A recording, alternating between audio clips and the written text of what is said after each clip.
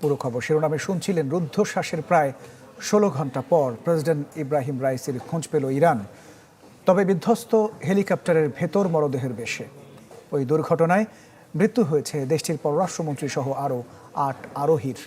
কারণ হিসেবে প্রাথমিকভাবে খারাপ আবহাওয়ার কথা বলছে তেহরান। কারণ যেটি হোক, রাষ্ট্রপতির আচমকা এই মৃত্যুতে শোকস্তব্ধ গোটা দেশ। ঘোষণা করা হয়েছে 5 দিনের রাষ্ট্রীয় শোক। সমবেদনার বার্তা পাঠিয়েছেন বাংলাদেশ সহ বিভিন্ন রাষ্ট্র এবং সরকার প্রধান। ইন্না লিল্লাহ ওয়া ইন্না ইলাইহি রাজিউন। با اندوه و تأسف فراوان রাষ্ট্রীয় গণমাধ্যমে দুঃখ ভারাক্রান্ত মনে ঘোষণা দেয়া হচ্ছে রাষ্ট্রপতি, পররাষ্ট্রমন্ত্রী সহ সঙ্গীদের মৃত্যুর খবর।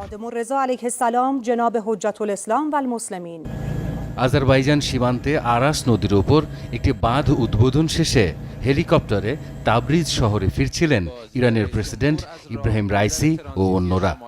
ফেরার পথে তেহরান থেকে 600 কিলোমিটার দূরে গভীর জঙ্গল ও ঘন কুয়াশা ঘেরা পূর্ব আজারবাইজানে দুর্ঘটনার কবলে পড়ে হেলিকপ্টারটি।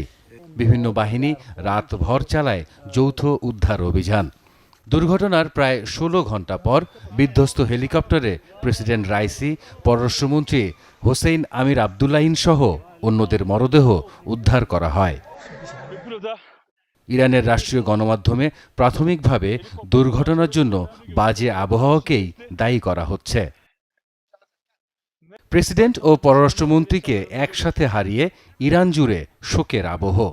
এমন দুর্ভাগ্যজনক মৃত্যুতে অনেকটাই হতবিহ্বল ইরানিরা।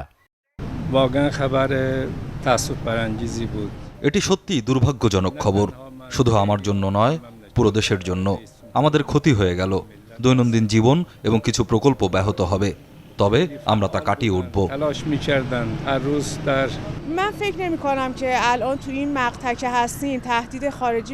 এমন মনে হচ্ছে যেন আমরা গুরুত্বপূর্ণ সমর্থন ও সহায়তা হারিয়ে ফেললাম, তবে মনে হয় না বিদেশি শক্তি আমাদের কোনো সমস্যায় ফেলবে।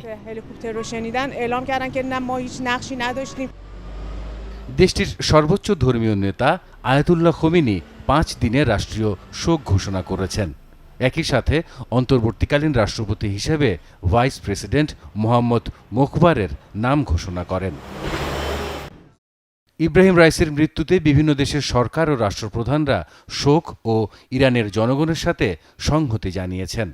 চীনের প্রেসিডেন্ট শি জিনপিং বলেছেন, চীনের জনগণ একজন অকৃত্রিম বন্ধু হারালো।